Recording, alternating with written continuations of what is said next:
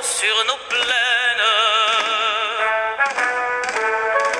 amis, entends-tu ces cris sourds du pays qu'on enchaîne? Oh, et partisans, ouvriers et paysans, c'est l'alarme. Ce soir, l'ennemi connaîtra le prix du sang et des larmes. Montez de la mine, descendez des collines, camarades. Sortez de la paille, les fusils, la mitraille, les grenades. Oh, et les tueurs à la balle et au couteau, tuez vite.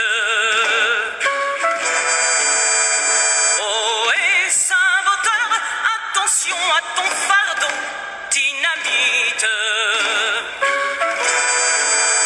C'est nous qui brisons les barreaux des prisons pour nos frères.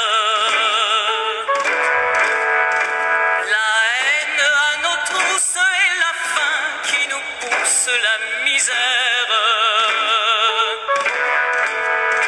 Il y a des pays où les gens creux des lits font des rêves. Ici, nous vois-tu, nous on marche et nous on tue, nous on crève.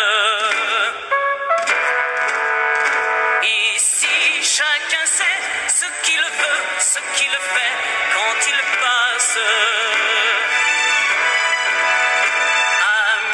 Si tu tombes, un ami sort de l'ombre à ta place.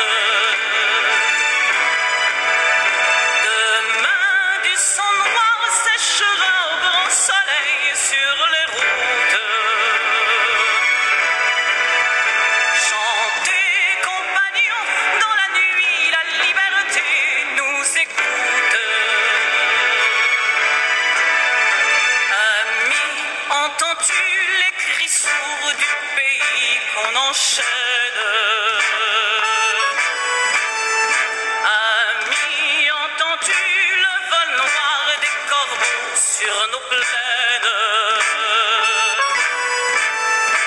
Oh, oh,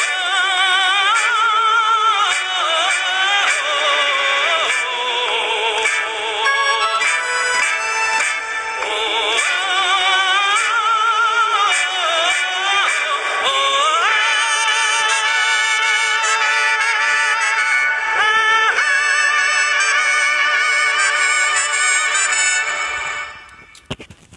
Bonjour les amis, vous êtes avec les Gilets jaunes constituant Pays de l'Uropoix et vous êtes la résistance. Aujourd'hui, nous sommes avec André Bellon et nous allons parler de l'ennemi. André Bellon, alors, ancien président de la Commission des Affaires étrangères de l'Assemblée nationale de 1992 à 1993. Ancien député PS des Alpes de Haute-Provence de 1981 à 1993, ancien administrateur de l'INSEE, donc haut fonctionnaire, entre 1970 et 2008, polytechnicien, camarade de promotion d'Atali, président de l'association pour une constituante, on vous mettra le lien dans le titre en post-prod, et marseillais. Et le sujet de cet entretien, quel est l'ennemi, quelle est sa vision de l'ennemi et de ses relais de pouvoir. Alors le plan, première partie, présentation du citoyen André Belon. Deuxième partie, l'ennemi. Alors l'ennemi à la fois en tant qu'oligarchie financière et puis aussi au niveau idéologique. Deuxième partie de la seconde partie, l'exemple de la mondialisation sur les normes comptables, puisque le citoyen Belon a été administrateur de l'INSEE. Il peut en témoigner. Troisième partie de la seconde partie, la dilution des responsabilités au niveau du capital et de la décision économique / politique. Quatrième partie, la dilution des responsabilités au niveau de l'exécution. Et donc là, au niveau des hauts fonctionnaires, hein, on en parlera. Troisième partie, le combat pour régénérer les vertus personnelles. Il y en a 5.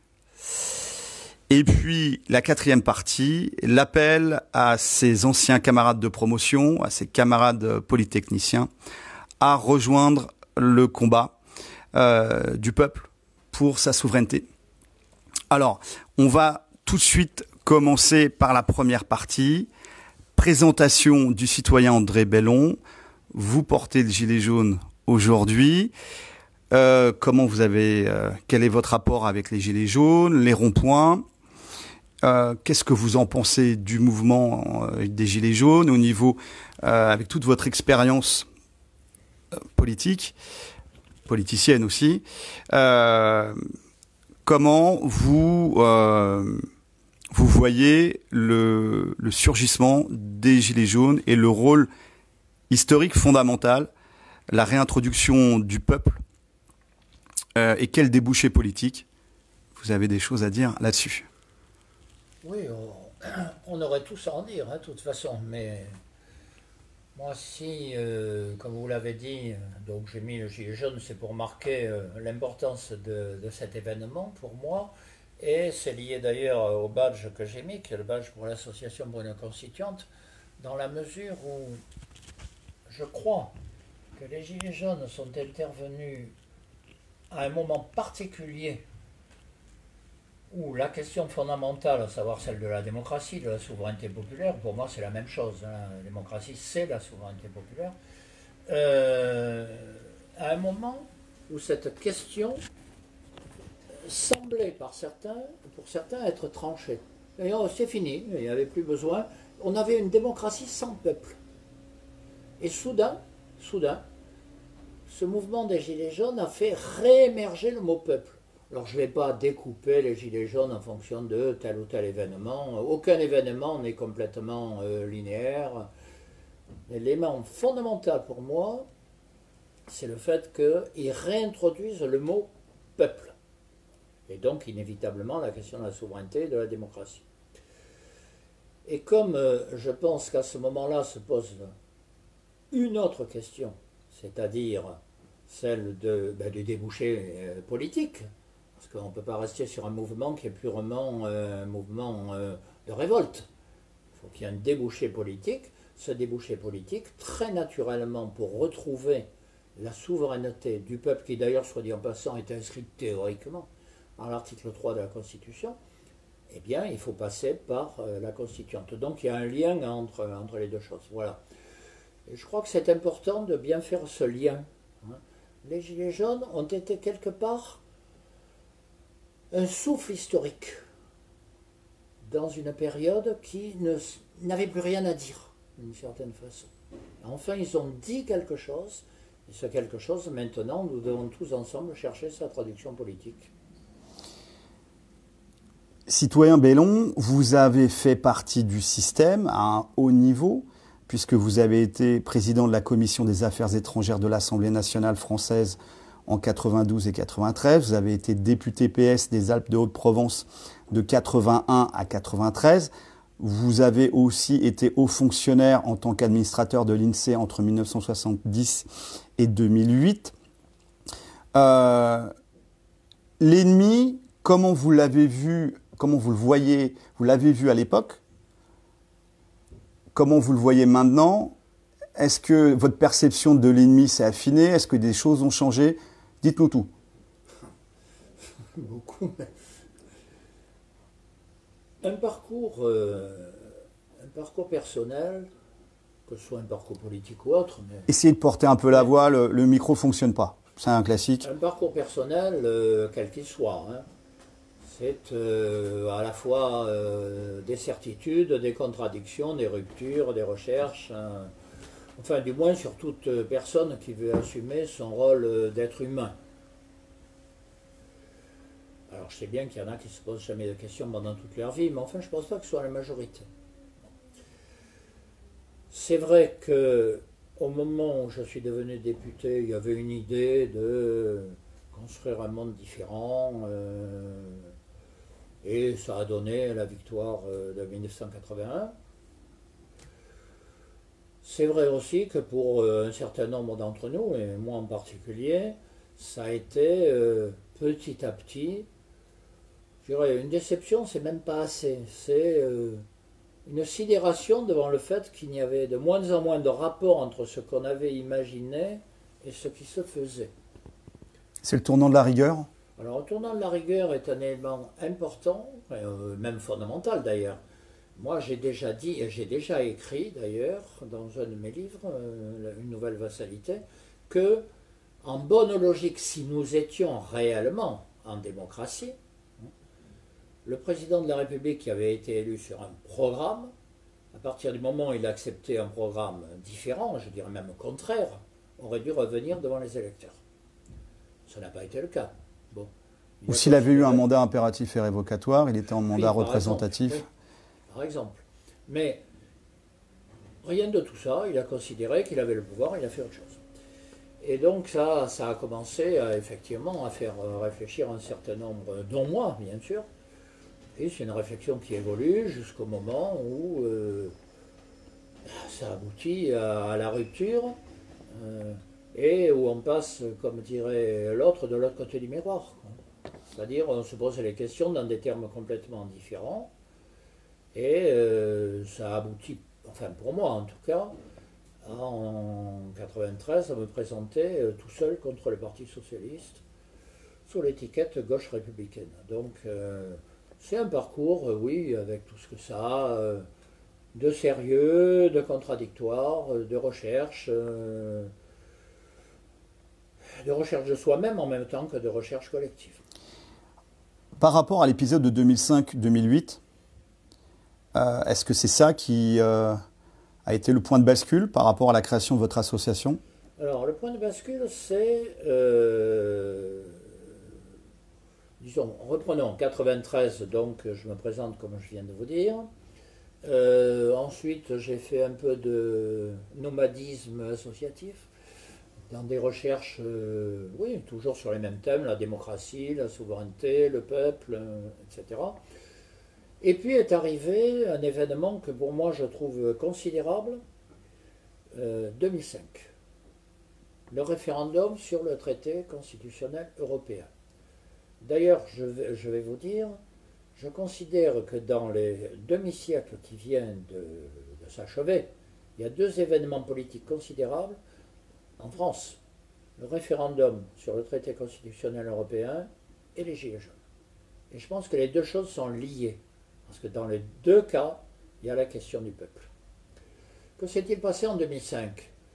À mon sens, pour moi qui ai fait la campagne du non, je pense que ça a été le mouvement populaire le plus important depuis la libération. Il y avait un monde pas possible. Bon, pour la petite histoire, je me rappelle avoir fait une réunion publique à Limoges, il y avait 1% de la population, c'est énorme. Les réunions publiques, c'est énorme. Moi, je n'étais pas le seul à parler, hein, mais... bon. Et à la suite de cet événement, qui a dit clairement non au traité constitutionnel européen, il y a eu ce qu'il faut bien appeler un coup d'État. C'est-à-dire le fait que le président de la République, Sarkozy, a bafoué la volonté populaire en faisant passer un traité qui reprenait en gros ce que disait le traité constitutionnel européen. Et on a appelé ça le traité de Lisbonne. Voilà, c'est ça qui s'est passé. Alors, à la suite de cet événement, bon, il y avait plusieurs possibilités. Hein, il y avait des gens qui disaient il nous faut, parce que c'était après la suite du traité constitutionnel, il y a eu la présidentielle, hein, la présidentielle de 2007. Les gens qui nous disaient il faut à la présidentielle un candidat du nom de gauche. Bon, il y avait des gens pour les candidats du nom de droite, évidemment. Bon. Nous avons, quand je dis nous, c'est, disons, les quelques-uns qui ont fondé l'Association pour une Constituante. Il nous a semblé que c'était une question mal posée, dans la mesure où il n'y avait pas un nom de gauche ou un nom de droite, il y avait un nom du peuple français, dans son intégralité. Et qu'il n'y avait pas de raison de les séparer, du moins à ce moment-là, sur ce terrain-là. Et que donc, il fallait trouver la manière de maintenir cette unité. Il aurait pu y avoir des slogans tels que démission du président de la République, comme avait fait De Gaulle en 69, hein, il a perdu un référendum, bon, ben, il s'en va. Il aurait pu y avoir dissolution de l'Assemblée nationale, après tout, il y avait 92% des députés qui étaient pour le oui. On peut dire qu'il y avait un problème de représentativité quand même. Bon. Non, il nous faut un candidat à la présidentielle.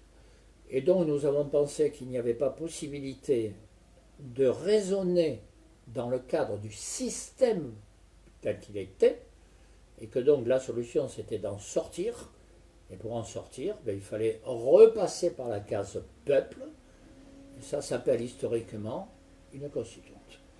Dans l'histoire de France, il y en a eu 6, ça en aurait fait 7. Et c'est pourquoi nous avons lancé cette association qui, donc maintenant, a 13 ou 14 ans. Le système actuel est l'ennemi du peuple?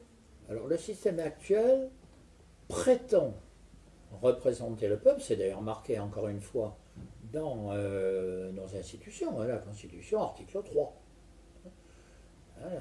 La souveraineté nationale appartient au peuple. Voilà, ça c'est clair.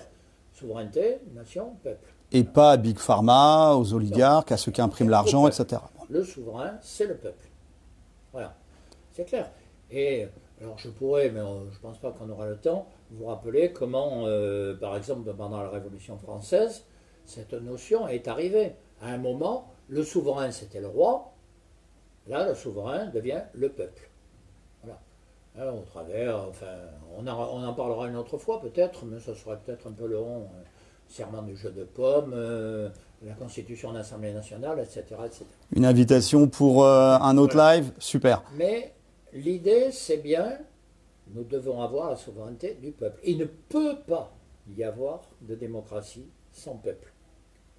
Or, nous sommes dans une crise à la fois, et c'est pour ça que j'insiste, à la fois institutionnelle et idéologique, puisqu'aussi bien le peuple, qui est donc théoriquement le souverain, non seulement est de moins en moins écouté, et les institutions font en sorte qu'il ne le soit pas, mais de plus, toute une construction idéologique est faite pour que le peuple se soit considéré comme un concept péjoratif.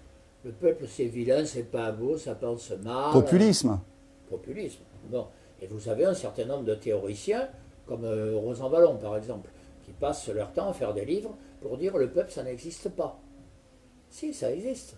Ça existe. Encore faut-il, un, qu'il en ait conscience, deux, que la situation le lui permette. Voilà. Et donc il y a les deux problèmes en même temps. Que ça le lui permette, c'est l'aspect institutionnel, et qu'il en ait conscience, c'est l'aspect idéologique. C'est-à-dire qu'il combatte toute cette tentative de le nier, et qui n'accepte pas d'être nié lui-même, ce qui est absurde. Les Gilets jaunes, c'est ça. Et les Gilets jaunes, c'est ça. On s'est levé pour des choses... Je l'ai dit d'ailleurs tout à l'heure, c'est la réintroduction du mot « peuple » en tant que souverain. Ça ne veut pas dire qu'il fait n'importe quoi, c'est pas vrai. C'est pas vrai. Et on s'est retrouvé en opposition à un système qui essaye de nous nier. Absolument. Là, il essaye de nous tester comme des rats de laboratoire, ça c'est autre chose. On ne va pas revenir là-dessus. Mais il essaie de nous nier. Alors, et puis, il fait passer ça sous... C'est le progrès. C'est l'évolution naturelle. On n'y peut rien. Résignez-vous.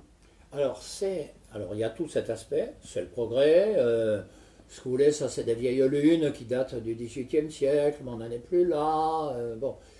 Et puis, il y a aussi tout un discours que j'appellerais scientiste, c'est-à-dire les contraintes du monde actuel font qu'on ne peut plus passer par le peuple. Hein. Face aux questions climatiques, on ne peut pas passer par le peuple, face aux questions économiques, on ne peut pas, face à la santé, on ne peut pas, etc., etc. Donc on passe par des experts rémunérés. Par des experts qui remplacent.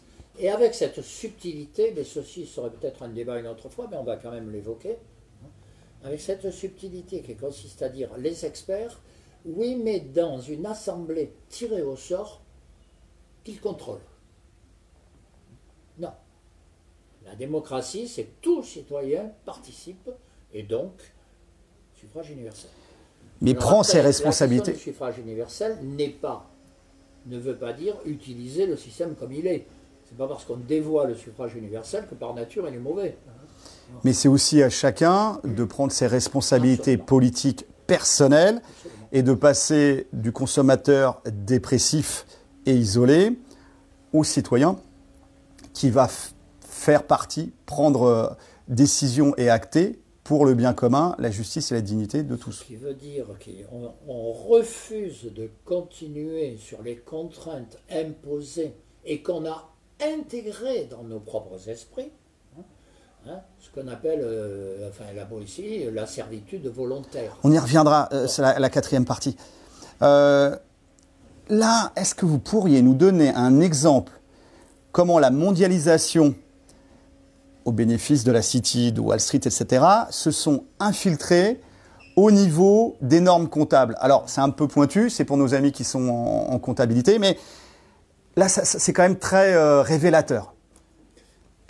Il est certain que le tournant, ce qu'on a appelé le tournant de la rigueur en 83, que certains, si vous vous souvenez, appelaient la parenthèse de la rigueur. Soit dit en passant, on a ouvert la parenthèse, pour l'instant, on ne l'a jamais fermée. Bon. Ce tournant, c'est un tournant, non seulement, on pourrait dire c'est une politique temporaire, c'est une situation difficile. Non, c'est un tournant idéologique majeur. On a remplacé tous les concepts, et en particulier l'économie est purement perçue au niveau des questions financières. Ce qui n'était pas obligatoirement le cas toujours avant. Bon, mais là, c'est purement au niveau des critères financiers. Alors, l'exemple des normes comptables n'est pas inintéressant parce que les normes comptables, c'est une traduction idéologique d'une situation économique. On peut les traduire. Les chiffres, ce n'est pas innocent. Il y a bien des gens qui décident comment on les fait, comment on les interprète et comment on les utilise. Bon. Une norme comptable, c'est quoi? C'est un système de comptabilité qui est censé retranscrire l'activité des entreprises et sur lesquelles on se fonde, évidemment, pour prendre des décisions économiques. Jusqu'à une date assez récente, mettons 20 ans, pour faire bref. Bon. Les normes comptables n'étaient très différentes entre les États. En France, elles étaient faites pour le fisc. Ne montez pas à l'arbre tout de suite parce qu'on parle d'impôts. Ça voulait dire que c'est quelque part lié à la manière dont on conçoit les finances publiques. Pour ceux qui ne connaissent pas par cœur la Déclaration des droits de l'homme et des citoyens, il y a 3 articles, les 13, 14 et 15, qui sont des articles de finances publiques dans la Déclaration des droits de l'homme et des citoyens. Il y a celui du consentement à l'impôt, de la manière dont on fait l'impôt et le contrôle des fonctionnaires, justement, enfin des agents publics. Et des attributions de l'impôt. Et des attributions. Oui, mais ça, c'est le contrôle de l'utilisation de l'impôt. Bon. Donc, il est assez normal que les normes comptables soient liées, justement, aux finances publiques. Or, à partir des dates dont je parle, on remplace les normes françaises, les normes allemandes aussi, qui étaient liées au système de cogestion, On les remplace par un système totalement anglo-saxon, hein, qui s'appelle le système, enfin du moins pour les très grandes entreprises. Enfin, ça fait quand même une masse parce que leur succursale et tout. Bon. On les remplace par un système qu'on appelle IASB. Et bon, je ne vais pas vous le développer, on y est encore demain, et puis ça serait d'une technique parfois un peu pénible, y compris pour moi d'ailleurs. Mais en particulier, il y a un truc qu'on appelle la fair value, un terme anglais. La fair value, ça consiste à changer le système de comptabilisation des actions possédées par les entreprises. Les entreprises, en dehors de leur activité de production et d'échange, ont des actions. Bon, ces actions, dans le système français jusque-là, étaient comptabilisées au prix d'achat. C'est ce qu'on appelle le principe de prudence. Elles peuvent monter sur le marché, mais on reste prudent puisqu'on ne les a pas vendues. Alors si on les a vendues, bien entendu, on prend le produit et puis on le comptabilise en ressources. Mais au prix d'achat, non. Au prix d'achat initial. Avec la fair value, on comptabilise les actions au prix du marché. Donc si le marché monte, on a donc une ressource, mais qui ne correspond à aucun produit réel. C'est fictif. Si on les vendait, on aurait ce produit. Oui, mais si on ne les vend pas... bon. Et donc, il y a un bénéfice qui est un bénéfice fictif, mais qui peut être réparti entre les actionnaire. Alors tant que la bourse monte, ça va, et si elle plonge? On a distribué des bénéfices fictifs, et donc l'entreprise se retrouve en déficit du fait même de la comptabilité. Et ça peut créer des difficultés, voire du chômage. Parce que là, la solution pour l'entreprise, c'est après de dégraisser. Ah ben, si le marché boursier plonge, elle va se trouver confrontée à des difficultés réelles. Mais alors, cette volonté de passer sur ces normes comptables américaines, disons anglo-saxonne. Ouais, avec la City. Vous avez été administrateur de l'INSEE. Comment vos collègues hauts fonctionnaires ont réagi? Comment les politiques ont réagi? Est-ce qu'ils ont compris? Alors, dans l'INSEE, ailleurs, je ne vous parlerai pas pour le Trésor, qui ne me semblait pas hostile à ce genre d'évolution, mais pour l'INSEE, c'est un débat interne, et il y avait un certain nombre de responsables qui étaient très hostiles à ça. Sauf que ce n'est pas eux qui ont décidé. En l'occurrence, ce genre de décision ne passe pas par les représentants du peuple. Elle passe par les services, et en tant que tel. Il n'y a pas de contrôle populaire là-dessus. Et il faudrait qu'il y ait un contrôle populaire dessus. C'est fondamental. Une décision aussi fondamentale, il faudrait mieux, oui. Non pas, je ne veux pas dire qu'il faut un contrôle populaire tous les jours sur la moindre queue de cerise. Mais entre la moindre queue de cerise et une décision aussi importante, il y a une marge. Et c'est complètement passé sous les radars, et ça a été fondamental après. Pour moi, c'est fondamental. Oui. Et on le voit avec tous les licenciements, toutes les vies brisées, etc., qui ont découlé de ce simple basculement de normes nationales à normes internationales. Je vous signale qu'en théorie, ce genre d'évolution s'est situé à un moment où il y a eu une crise fondamentale, en particulier la crise de Enron, si vous vous souvenez, ou de Parmalat, des très grosses entreprises qui ont fait faillite sans qu'on sache réellement pourquoi. Il y a même eu à un moment un problème entre Enron et une société de contrôle, parce que théoriquement il y a une société de contrôle, mais ce n'est pas l'État pour le coup, c'est les sociétés privées. C'était Andersen, autant que je me rappelle, qui du coup on s'est rendu compte qu'il y avait truandage sur le contrôle. Andersen Consulting. Oui. Alors, merci de ce retour du terrain, parce que vous avez été administrateur de l'INSEE, donc vous aviez les mains dans le cambouis. Là, on va passer à la partie la dilution des responsabilités par rapport au capital, par rapport aux décisions. C'est la faute à personne, c'est la main invisible du marché. Et il y a un film, vous vouliez citer un film, le film qui s'appelle Louise Michel. Oui, je l'ai vu. Avec Yolande Moreau. Alors, rapidement, le pitch, c'est une usine dans le Nord, textile, qui ferme. Et On ne sait pas pourquoi. voilà. Et la Yolande Moreau, qui est une employée, il y a une espèce de réunion Avec les collègues. des salariés, quoi. Bon, l'Assemblée générale. Ils ont piqué toutes les machines. Bon, ils ont piqué tout. Et elle dit, il y a une solution. On va aller tuer le patron. Alors c'est un film, hein. Oui. C'est un film. Bon. Oui, non, ça ne me paraît pas l'idée du siècle, personnellement. Mais ce qu'il y a de marrant, enfin marrant, au sens provençal du terme, quand on dit marrant, ça veut dire curieux. Ce qu'il y a de curieux, c'est que cette idée-là, pourquoi elle émerge dans le film? Non pas parce qu'ils vont tuer quelqu'un, ils ne tuent jamais personne, heureusement d'ailleurs, mais parce qu'ils ne trouvent jamais qui il faut tuer. Alors ils se retrouvent à chercher les responsables, Oui. ils se retrouvent à Jersey, Voilà. et puis c'est jamais les bons responsables. Oui, oui. C'est jamais chacun qui s'identifie, il dit mais c'est pas moi, c'est l'autre là-bas. Donc c'est les actionnaires de BlackRock, mais qui sont les actionnaires de BlackRock? C'est les actionnariats croisés. C'est très difficile et en fait c'est la force aussi de ce système qu'on affronte, ce système oligarchique, de domination oligarchique, c'est cette dilution des responsabilités. C'est la non-identification des responsabilités. Ouais. Et donc d'une certaine façon, le contrôle des citoyens est encore plus difficile puisqu'on ne sait pas qui fait quoi. Et qui est responsable de Qui est tel... Qui est responsable? Alors là, on pose des problématiques.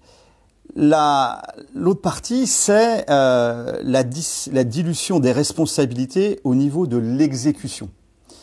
Et c'était le film I comme Icare, avec Yves Montand. Oui, je l'ai vu aussi.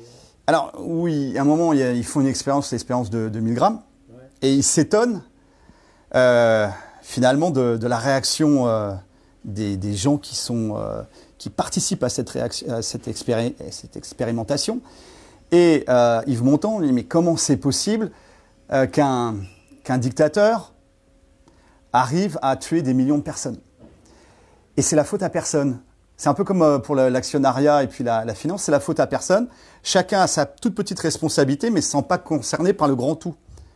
Donc un va dénoncer à la police, l'autre va conduire les gars à la prison, les autres dans un camp, les autres appuient sur la gâchette, mais personne est responsable en fait. Vous vous souvenez de cette scène quand on fait cette expérience?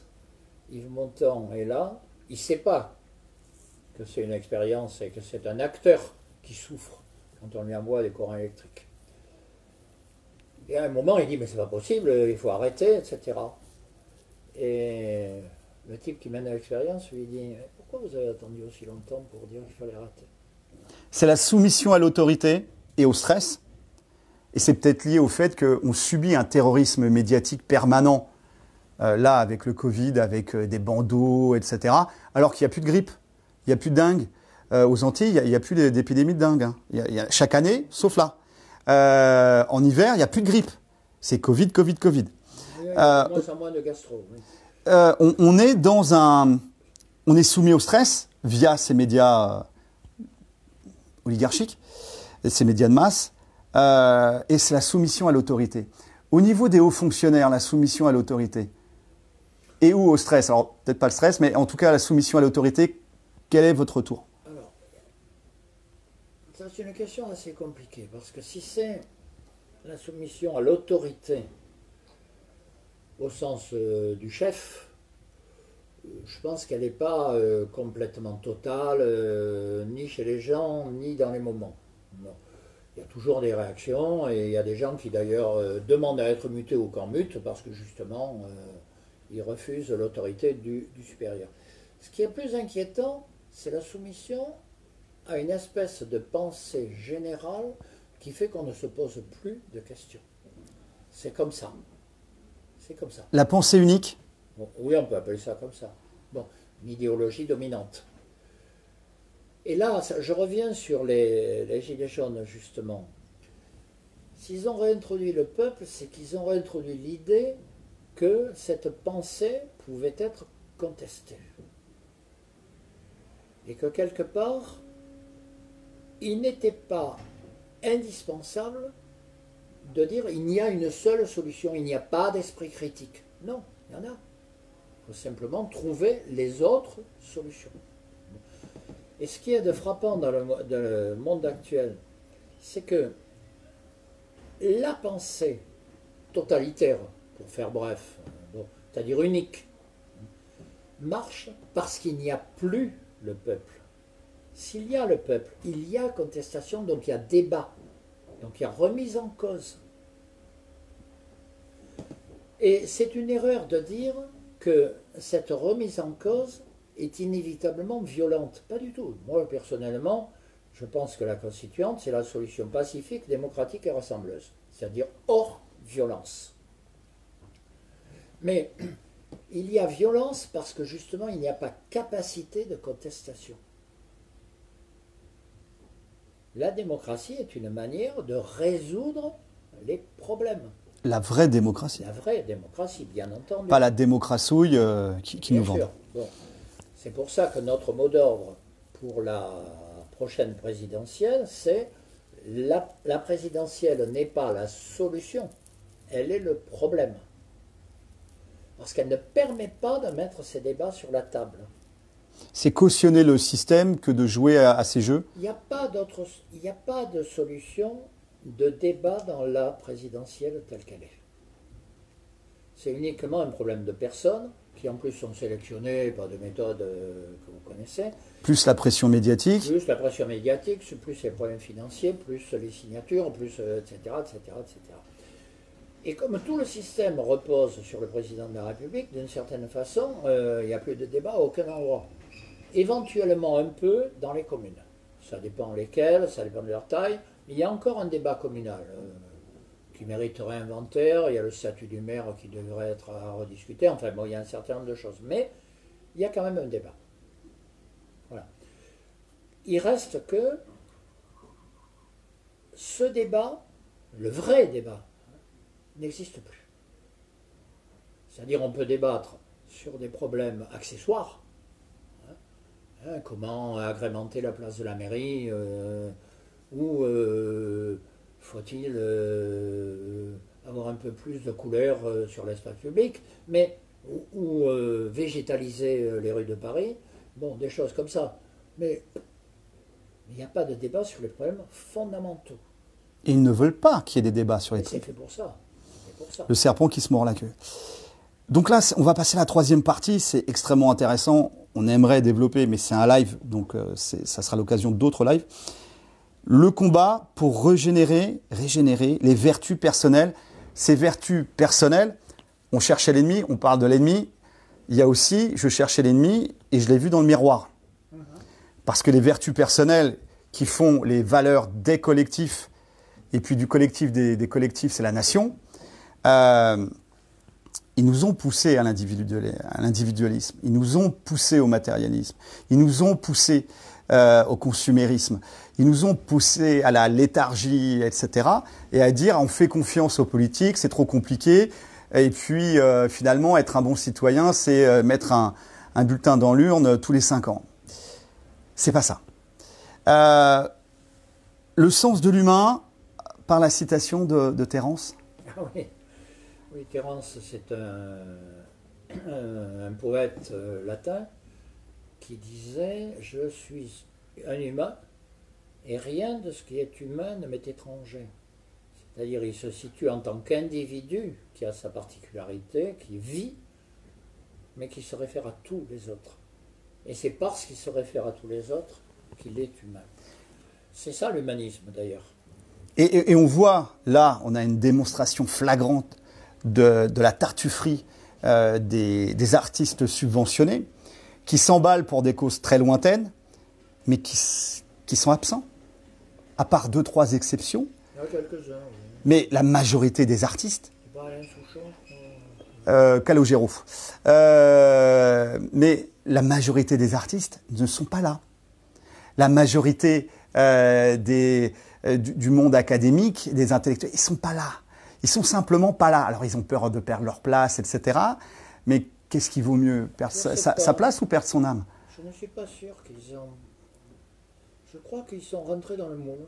Ils ne se posent pas de questions. Donc ça, c'est l'idéologie dominante qui les... Et après, on tombe sur des combats qui non seulement ne sont pas le combat essentiel, mais émiettent la société, hein, comme les décoloniaux ou des choses comme ça. qui sont, à mon avis, une perversion de la pensée. Voilà. Alors, c'est pas la première fois dans l'histoire de France qu'il y a ce genre de problème, mais il vaudrait mieux que ça s'arrête assez vite. On va passer à la citation de Sénèque.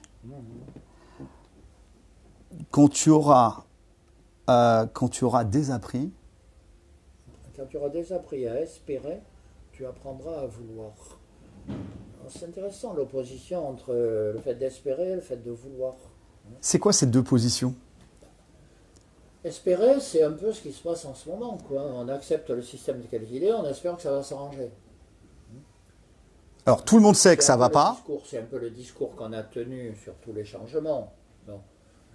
Que ce soit justement la parenthèse de la rigueur, qui n'est pas une parenthèse, que ce soit les changements à l'Union européenne. Ne s'en faites pas, mais après ça va aller mieux. Sauf que ça va jamais mieux. Non. Où est le vouloir? Qui est le décideur? Ça, je dirais, c'est une définition du citoyen. Le citoyen, il n'est pas là pour espérer. Enfin, si, il peut espérer, bien sûr, mais il est là comme acteur, et pas comme un spectateur qui espère que ça ira mieux. Donc il veut, Ils veulent. et il passe à l'action. Et Et il accepte d'être acteur. Ce qui veut dire qu'il accepte de ne pas se soumettre à tout le discours officiel. Et là, l'échelon où c'est le plus facilement atteignable, c'est l'échelon municipal. Alors, nous disons que dans notre association, que la constituante, c'est la recréation du citoyen et du peuple.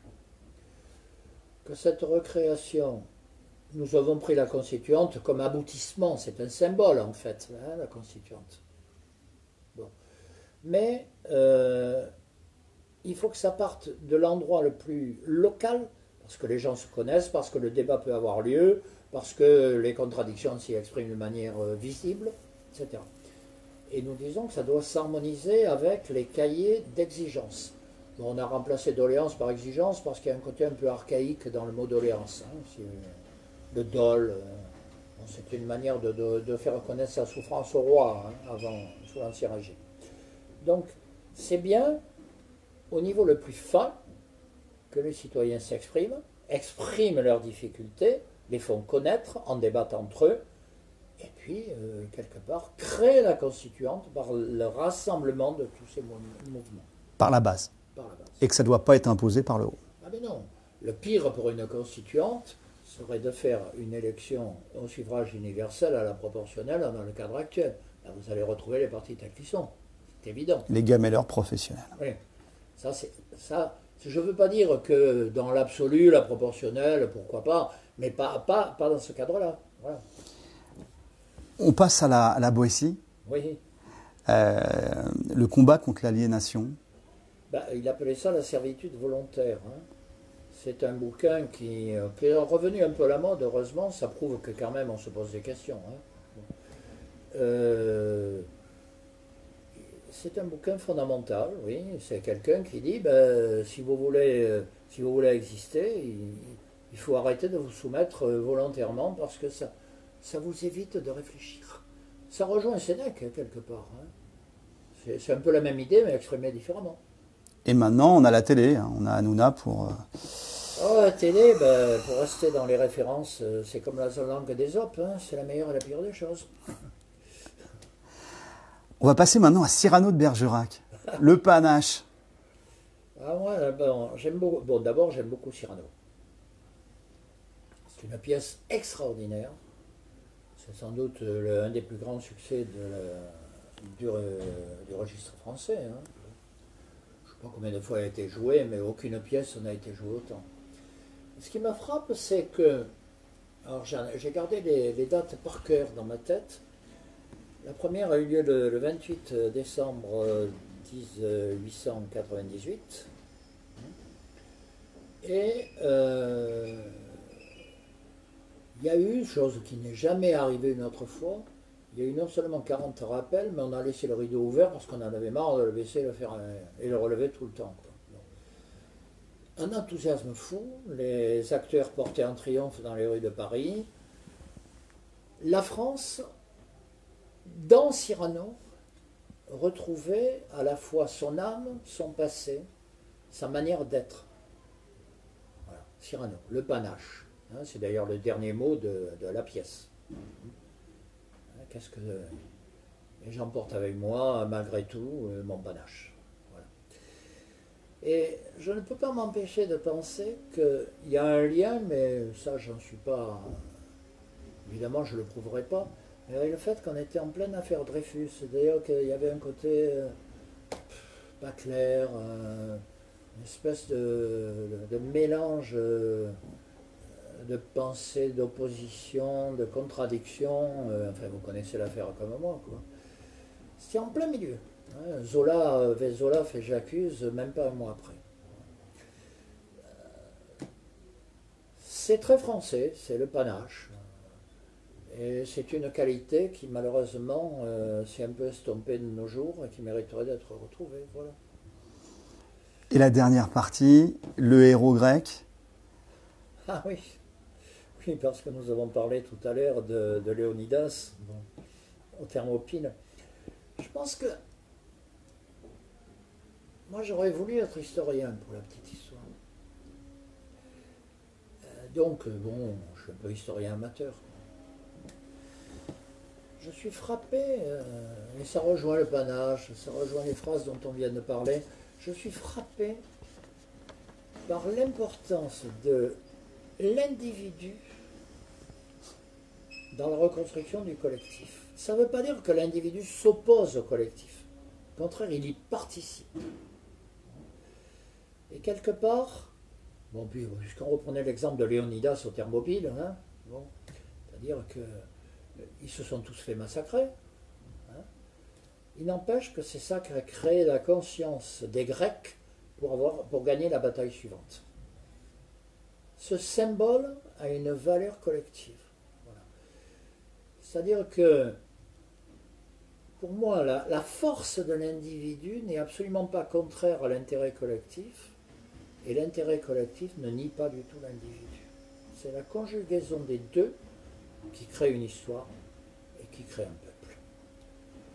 Et donc là, au niveau des Gilets jaunes, et tous les sacrifices des collègues, les yeux, les gazages, les nassages, les emprisonnements, les amendes, bref. Ce qui m'a frappé, c'est que face à un mouvement que j'interprète comme une volonté de recréation,